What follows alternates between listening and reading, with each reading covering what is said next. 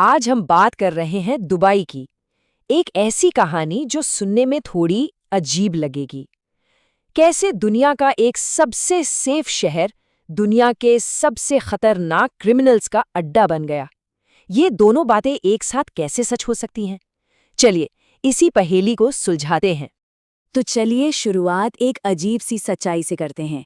एक तरफ है दुबई, जहां लॉ एंड ऑर्डर इतना सख्त है कि अगर रात को किसी का वॉलेट भी सड़क पर गिर जाए तो सुबह वहीं का वहीं मिलेगा।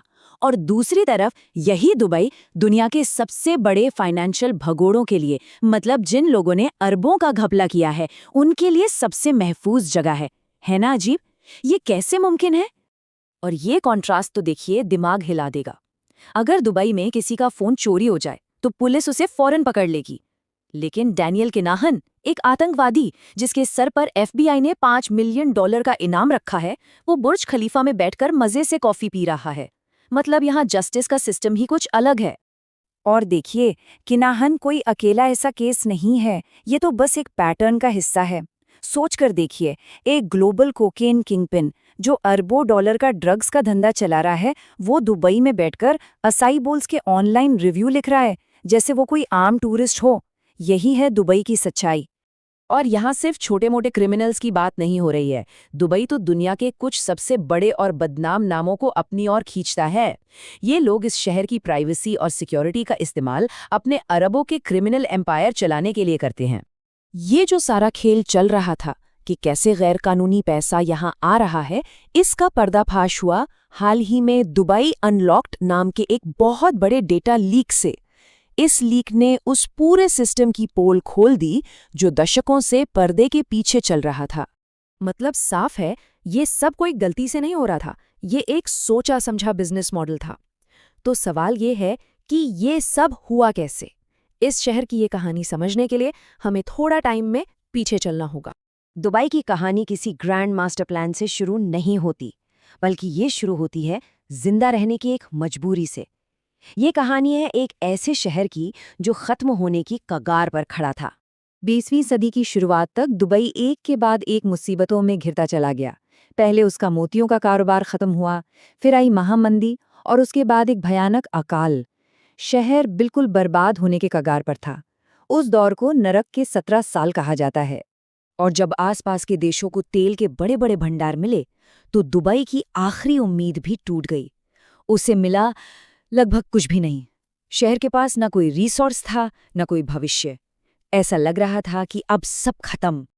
अब इस नामुमकिन सिचुएशन में शहर के नए शासक शेख राशिद के सामने एक चॉइस थी।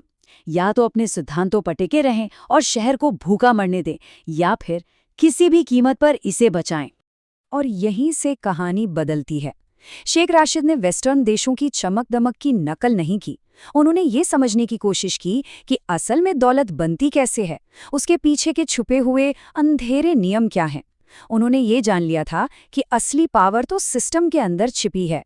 तो उन्होंने एक बहुत ही सिंपल लेकिन क्रांतिकारी 4 स्टेप का प्लान बनाया, जो आगे चलकर शहर का डीएनए बन गया। इसका सबसे बड़ा उसूल था, कोई सवाल नहीं पूछा जाएगा। और बस इसी एक नियम ने सब कुछ बदल कर रख दिया। उनका यही शुरुआती आइडिया आगे चलकर मॉडर्न फ्री ट्रेड जोन्स का कॉन्सेप्ट बना, और इसमें दुबई की ग्रोथ को जैसे पंख लगा दिए। सोचिए, इन जोन्स में ऐसे ऐसे फायदे दिए गए जिनके बारे में कहीं और सोचना भी मुश्किल था। नतीजा, दुनिया की बड़ी बड़ी फॉर्च्यून 500 कंपनियां और इंटरनेशनल मनी लॉन्ड्रर्स, दोनों के लिए ये एक परफेक्ट जगह बन गई। सब एक ही मैदान में खेल रहे थे। और ये सिस्टम इतना कमाल का बनाया गया था कि काला पैसा यानी ब्लैक मनी आराम से दुबई आ सकता था। उसे शेल कंपनियों, मतलब सिर्फ कागज पर बनी कंपनियों के जरिए घुमाया जाता और फौरन उसे लग्जरी प्रॉपर्टी जैसी लीगल संपत्ति में बदल दिया जाता। ये पैसे को साफ करने की एक परफेक्ट मशीन थी। और फिर आई गोल्डन वीजा जैसी स्कीम्स, जिसमें आप कुछ पैसे की प्रॉपर्टी खरीदकर वहां के रेजिडेंट बन सकते हैं। इसने तो आग में घी का काम किया। अब गैर कानूनी पैसे को पार्क करना और दुबई में बस जाना पहले से कहीं ज्यादा आसान हो गया। लेकिन हाल ही में जब इंटरनेशनल प्रेशर बहुत ज्यादा बढ़ गया, तो दुबई को अपनी इमेज साफ करने के लिए मजबूर होना पड़ा।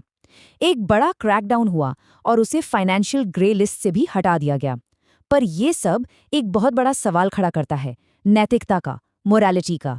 दुबई ने ये तो दिखा दिया कि जब उसकी इज्जत पर बात आई तो वो अपने नियम बदल सकता है। लेकिन सवाल ये है कि क्या उसका जो ओरिजिनल मॉडल था वो सच में इतना अनोखा था? असल में शेख राशिद ने ये समझ लिया था कि जो बड़ी बड़ी वेस्टर्न पावर्स हैं उन्होंने भी तो अपनी दौलत गुलामी, दूसरे देशों को लूटकर और जंग से पैसा कमाकर ही बनाई थी। फर्क बस इतना था कि उन्होंने इसे बड़ी बड़ी नैतिक बातों और अच्छी पीआर के पीछे छिपा लिया था।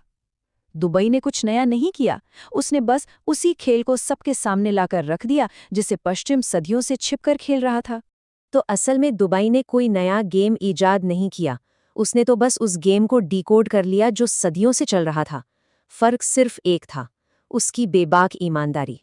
तो बात यह है कि जब देशों का खेल होता है तो अक्सर नैतिकता से ज़्यादा एफिशिएंसी को देखा जाता है। मतलब सिस्टम कितना कारगर है। जो लोग बड़ी बड़ी आदर्शवादी बातें करते हैं वो दुनिया में रहते ज़रूर हैं, लेकिन दुनिया को चलाते वो लोग हैं जो सिस्टम को डिकोड कर लेते हैं। दुबई ने सिस्टम को डिकोड किया और नतीजा हम सबके सामने है। तो सवाल यही है, क्या हम ऐसी दुनिया में जी रहे हैं जहां नैतिकता, मोरालिटी सिर्फ एक लग्जरी बनकर रह गई है?